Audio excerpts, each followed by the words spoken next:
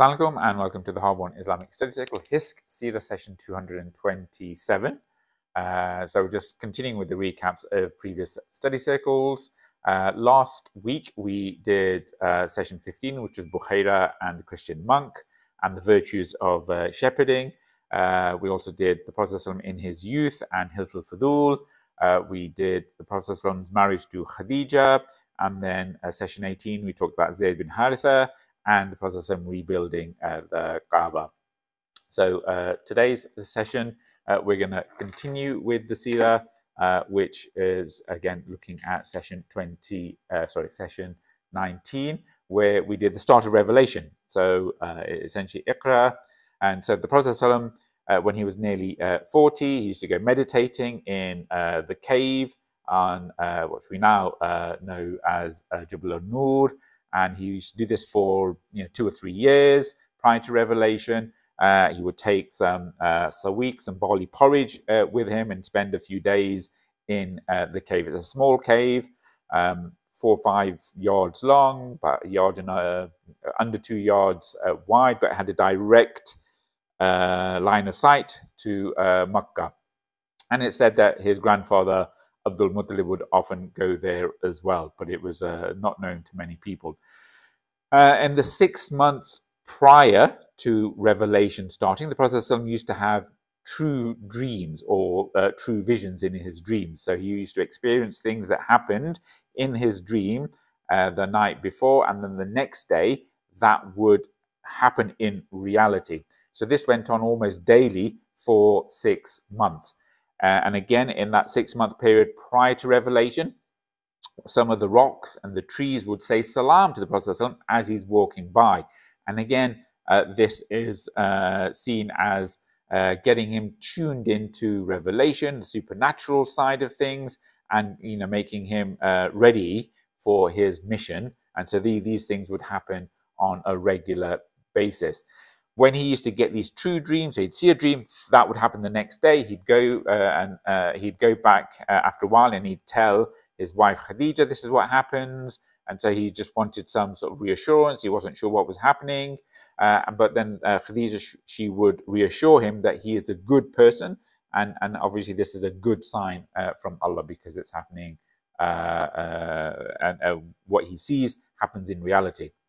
And then we also talked about there are 3 types of dreams that we have nowadays. So there's a true dream, which is a dream that happens and it's positive in its interpretation, and it happens as you see it happening in your dream. That is said to be from Allah. There is nightmares which happen, which again are seen to be from shaitan. And when we have those nightmares, we seek refuge in Allah, and we're not supposed to go around telling people about the nightmares. And then there's the 3rd type of dreams which we have, which are essentially your random musings of the mind, stuff that is on your mind during the day. You'll dream about it at night. So getting on to when Revelation started, it started in Ramadan. It started on a Monday in the 3rd year of the Prophet's solitude, and the 27th, or not 27th, but it was a Monday in the last 10 days of Ramadan, which, some people say was the 27th night. Jibreel came in all his glory, 70,000 wings, covering the horizon. He was in his original created form. And then he came into the cave and met the Prophet and said, Iqra, which translates as read and or recite. Prophet says, I can't read. Jibreel squeezes him and Prophet's about to faint. And then Jibreel releases him and says, Iqra. Prophet says, I can't read. Gets squeezed again. Happens a 3rd time. Iqra. Prophet says, I can't read. And he's about to pass out. And then Jibreel says, read, in translation, read in the name of your Lord who has created man from a clot. Read, and your Lord is the most generous, who has taught the writing by the pen, has taught man what he knew not. So the Prophet, he panics, he runs home, climbs down the mountain in the dark, runs home in panic and fear, gets to Khadija, says, cover me up, cover me up. And then once he's calmed down, she reassures him and says, look, Allah you're a good person. Allah's not going to abandon you. Allah will never disgrace you. You bring together kin, you bear the burden of the weak, you help the poor and the needy, you entertain guests, you endure hardships in the path of truthfulness. And so she reassures him. And again, we also talked about the important, why Allah subhanahu wa ta'ala may have started with Iqra. Again, some of the blessings that we can see from that is it reinforces the importance of knowledge, the importance of reading, the importance of learning, the importance of spreading the knowledge you have. So again, as we enter into Ramadan in a few weeks' time, again, these are important, vital lessons for us, the importance of knowledge and spreading the knowledge. Session 20, we talked about, we carried on from the first revelation and the post-revelation uncertainty through to the second revelation. So again, the more we study in Islam, the closer we get to Allah subhanahu wa ta'ala. And we talked about how the best form of learning is to teach. So if you really want to understand, really want to know if you understand the topic, you should learn it as best you can and teach it to others, and they will then question you, and you can see, do you really have a good grasp of that topic? Going back to the Prophet ﷺ, after the first revelation, things calmed down. Khadija was trying to work out what to do. So she first went to somebody called Adas, who was a Christian slave who worked in Makkah. He's the one that later on gave the Prophet some grapes at Taif. And she asked Adas, can you make sense of this? And he goes, what, an angel from Allah in this wretched place, as in Makkah, where all the idols were. And then she decided to go, okay, fine, let me go to somebody who's more knowledgeable. So she went to her cousin, some say her uncle, but her cousin, Waraqa bin Naufil, and explained what happened. And he goes, by God, this is the same angel that came to Musa, Musa Akbar. And then he said, and then the Prophet came and went through the whole story. And then Waraqa bin Naufil said, how I wish I was a young man when your nation ridicules you, when your nation persecutes you, when your nation expels you. And then when Waraqa bin Naufil said, expel, that's when the Prophet ﷺ got really upset and said, what, my nation will expel me? And he goes, yes, because that is the way of things. And then we later on talked how Waraqa only lived a short time after this, obviously, but he believed in the Prophet ﷺ's revelation. He died maybe a month or two after this. And then we also know that the Prophet ﷺ, later on in his life, saw Waraqa bin Naufil wearing white robes, and he was blessed with gardens in Jannah. And the Prophet ﷺ recognized that Waraqa was one of the earliest converts to Islam. He's known to be the first male Sahabi, the first to die as a Muslim. Then we talked about how the revelation stopped for a while. Some scholars say stopped for a number of weeks, couple of months. Some say up to 6 months. And during this time, the Prophet ﷺ, he feared for himself. And some narrations say he actually contemplated suicide due to the uncertainty of the silent period. No revelation came.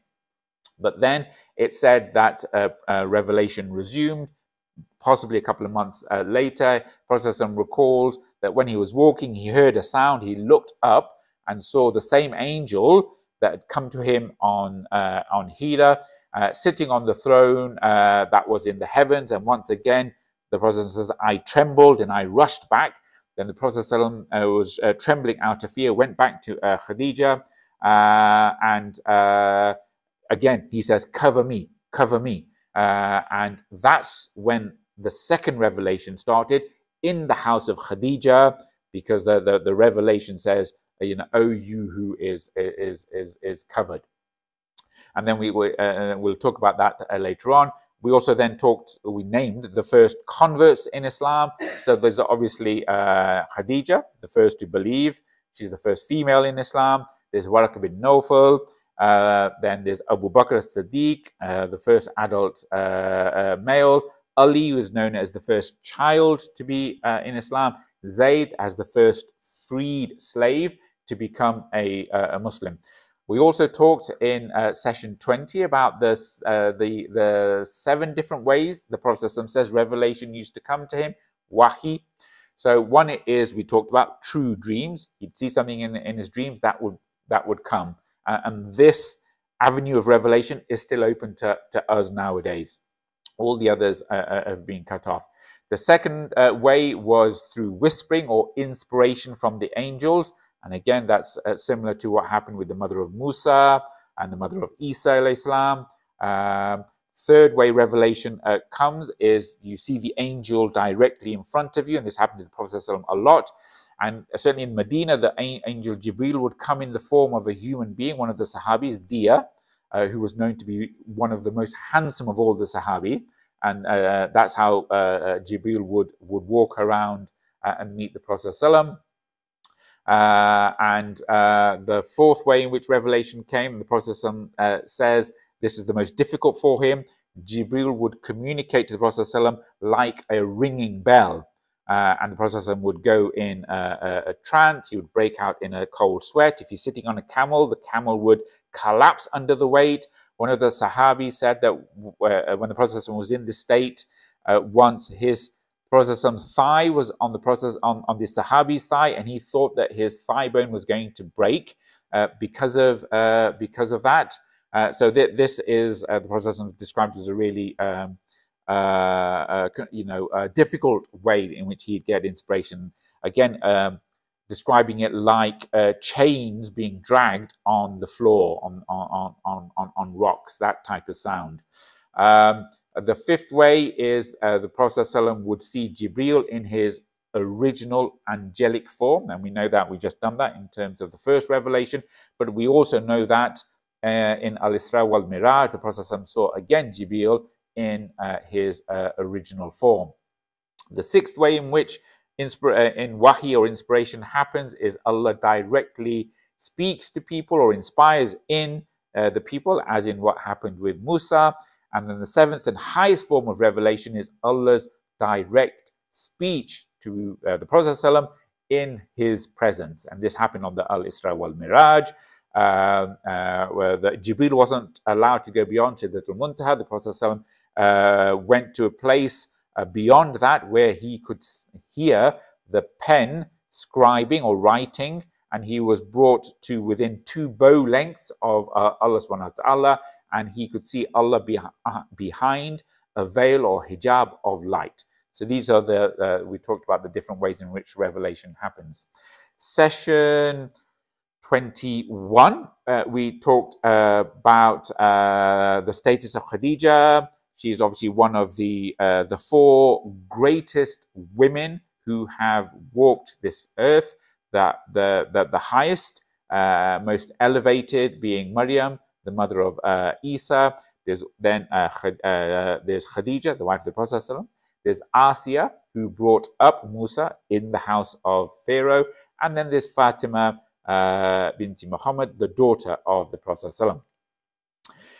We then also talked about this second revelation. So after the first revelation, Iqra, the Prophet ﷺ, as I say, stopped getting revelation. He went into a period of depression and anxiety. Then Jibreel brings the revelation. There's difference of opinion whether it's Surah Mudaththir or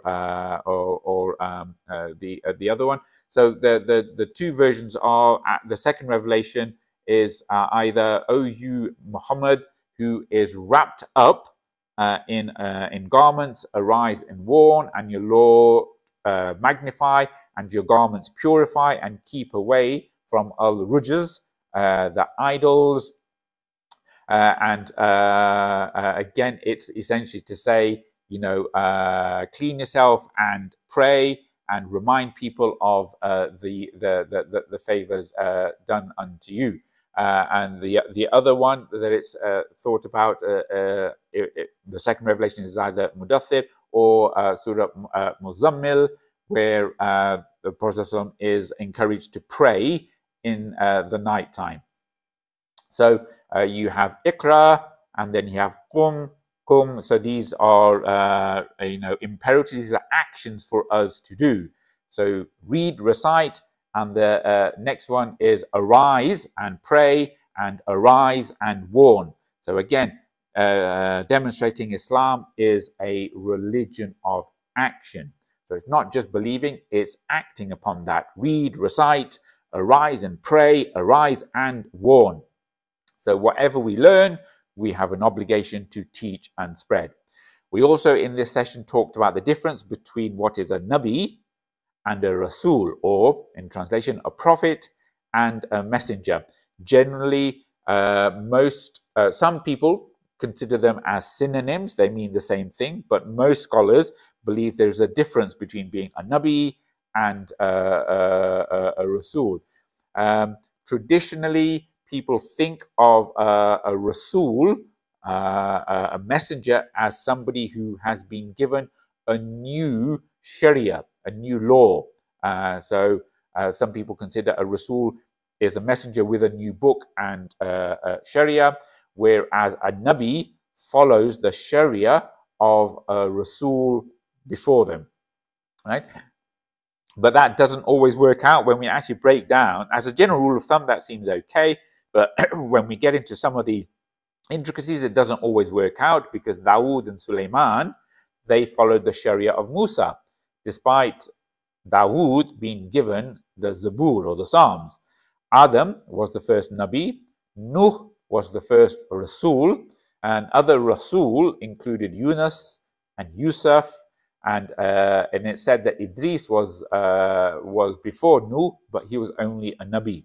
So then the scholars have tried to reconcile that, and one of the ways in which they've reconciled that is to say a Nabi comes from the Arabic naba'a, which means information. So the interpretation is that a Nabi is somebody who informs or preaches or teaches, gives information. Whereas Rasul comes from the Arabic arsala, rasula, which means to send. So the scholars have said that a Rasul is somebody who is sent to a nation that doesn't generally believe in him, right? So for people who don't believe in them. So a Nabi is sent to people who accept Islam. Nuh, Dawood and Sulaiman was sent and they established kingdoms. And Isa and Yahya, one is a Rasul and other is a Nabi, because people accepted Yahya but rejected Isa.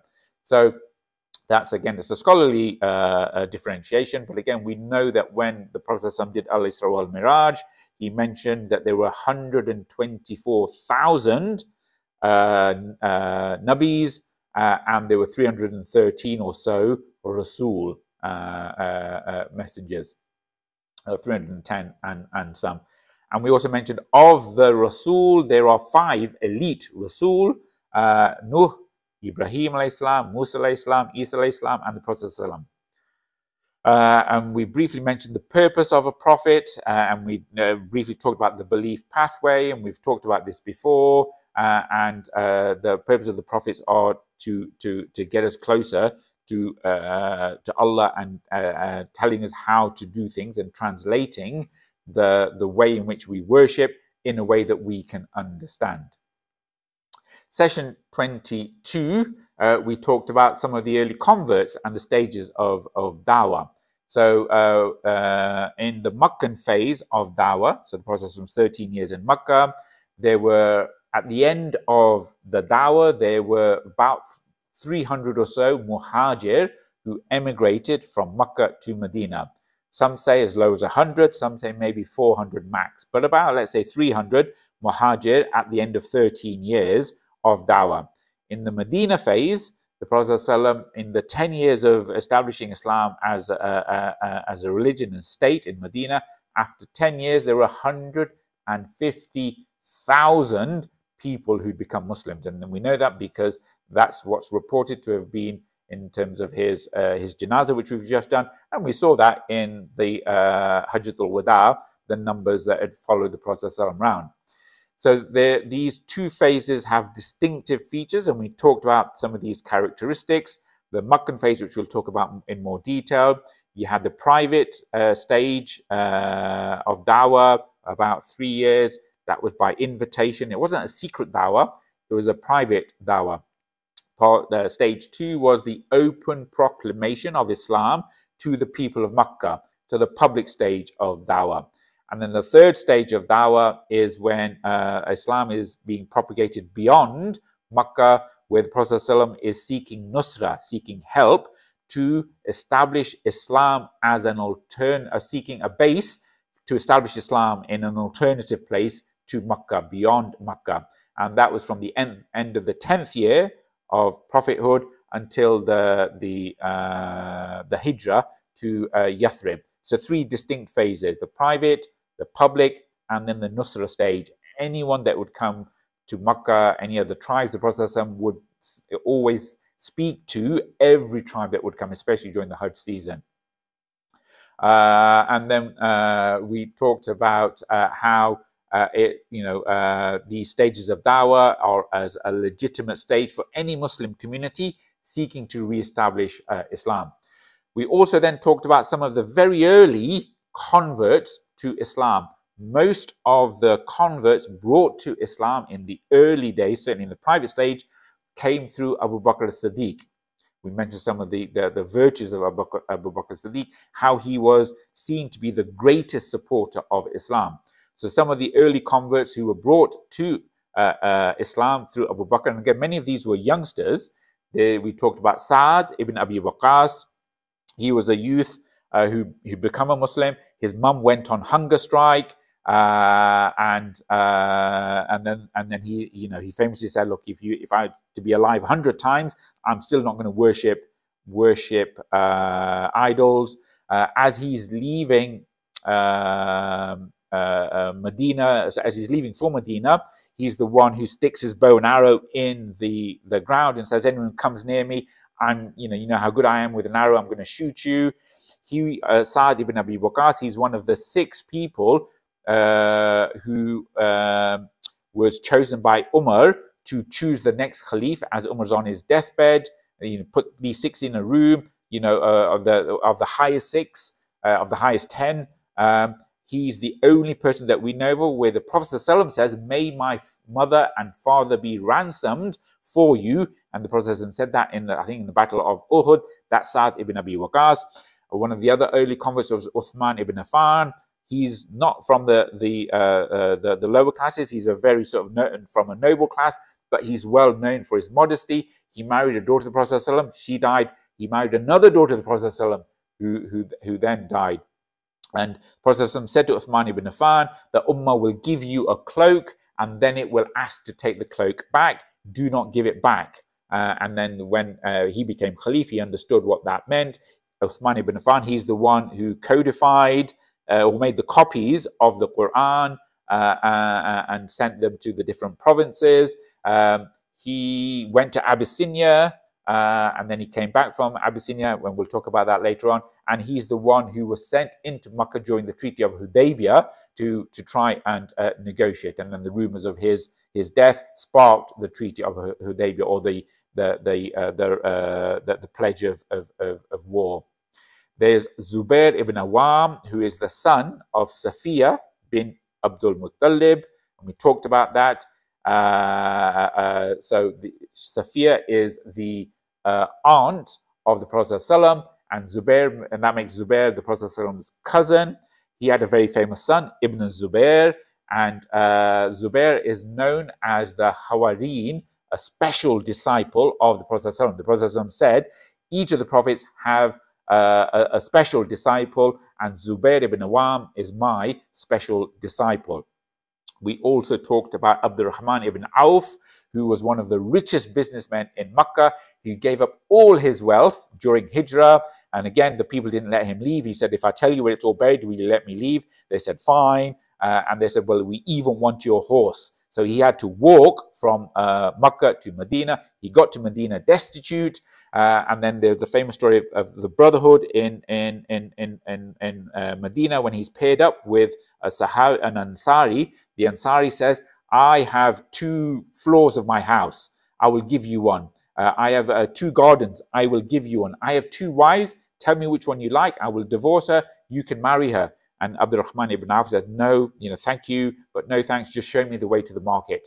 And then, through his trade and barakah, he became one of the richest Muslims and one of the 10 to be promised Jannah, Abdurrahman ibn Auf. And we also talked about Abdullah ibn Masud, who again really well known because he's narrated many hadith. Abdullah ibn Masud, he was a shepherd, and Abu Bakr and the Prophet are walking by. They're very thirsty. They see Abdullah ibn Masud minding or doing the shepherding, and they ask for some milk. Abdullah ibn Masud says, look, I can't give you milk because this is not my herd. So the Prophet says, well, show me the weakest goat that never produces any milk. And Abdullah says, this is the goat. The Prophet made dua, over the goat, and then the milk started coming out. So and so he said, well, what's this? And he explained, I'm a prophet. What's a prophet? And he became a Muslim there and then. Abdullah ibn Masud, he's also known as the personal qari, or reciter of the Quran of the Prophet. The Prophet said, if you want to know how the Quran should be recited, listen to the qiraat of Abdullah ibn Masud. So that was session 22. Session 23, we talked about some of the other early converts in Islam, some of the slaves. So we talked about Bilal ibn Rabah al-Habashi. He was an Abyssinian slave, known for his very beautiful voice. Hence, he was the first mu'adhin later on in Medina. He was, and we'll talk about a story of torture and persecution, but briefly, he was, severely tortured and persecuted for his belief in Islam by his slave owner, Umayyah bin Khalaf. He used to be, left on the desert, the scorching desert with a rock placed on him. He used to be dragged through the streets naked of Makkah and tied up and beaten, deprived of food and water for long periods of time. But he remained steadfast, saying, Ahad, Ahad, Ahad. And then the Prophet heard about this, and so did Abu Bakr. And Abu Bakr, purchased his freedom from Umayyah bin Khalaf, and he became one of the staunchest defenders of the Prophet ﷺ. And again, the very famous story in the Battle of Badr, where Bilal chases after Umayyah ibn Khalaf. We've talked about Zayd bin Haritha, so as another early convert. Salman al-Farsi as another early convert from the slave classes. Another famous early convert is Khabab ibn al-Aratt. Khabab was tortured again immensely for his belief, but then he was freed by his master after he became a Muslim. And we had the very famous story of Khabab saying to the Prophet ﷺ, can you not make dua to Allah to end all this persecution? And again, later on in his life, Umar ibn al-Khattab would ask Khabab to undo his shirt to show the Muslims how much he had been tortured, and the torture marks were deep in his skin. Another Sahabi, Suhaib ibn Sinan, we talked briefly about, and then the really famous other slaves, Yasir, his wife Sumayya binti Khayat, and their son Amr bin Yasir.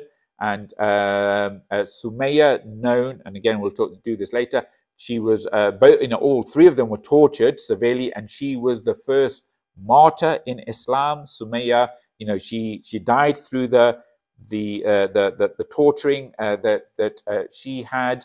And then again, she became very famous through that, and obviously Ammar ibn Yasir as well. Yasir again died through being tortured. And then we also talked about Abdullah ibn Masud, again, who was a slave freed by the Prophet ﷺ, became one of the most trusted of the Sahabi, very knowledgeable, and he narrates many hadith through Abdullah ibn Masud. And the other one we mentioned was Abu Hudayfa ibn Utbah, again, very well famous early Sahabi.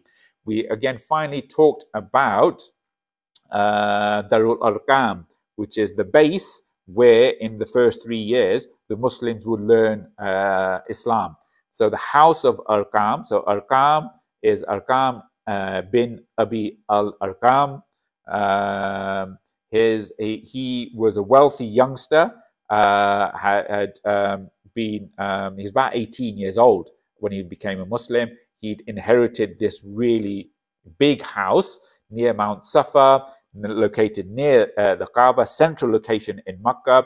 He kept his Islam secret, and because he was from Bani Makhzum, which are rivals to Banu Hashim. This house was a big house. It could take up to 40, 50 people. It had a secret entrance, so it made it the ideal place for the private dawah that happened. People would come to this secret location by invitation. The Prophet would give halaqah there, and he would culture the early Muslims. He would get them to think and function as a group, increase their brotherhood amongst them. This culturing stage would prepare the Muslims for public dawah, for the public persecution, and only when the Muslims were ready as a community, as a group, as a hizb, they would be then sent out into the community once they understood Islam, once they'd learned it, were crystallized in their ideas about Islam and able to teach it to others. This is also the Dar-ul, this period where they learned how to pray. Jibreel came and taught the Prophet. One of the first things he did was how to do wudu and how to pray. And so this is how they would pray. And it said that they would pray twice a day, morning and evening. And again, that's referred to in the Quran. So before sunrise and after sunset, prayer was optional at this point in Islam. It only became compulsory after al-Isra wal-Miraj, when the 5 daily prayers came.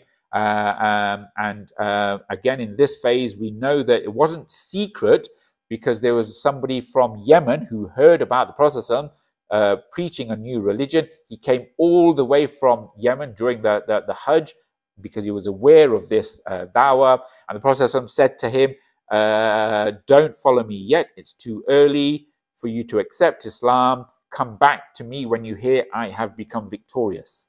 So again, this is sort of providence about what's going to happen. But this all happened in the house of Arqam. So that was session 23. So quick recap. And then inshallah, next time we will talk about the open dawah.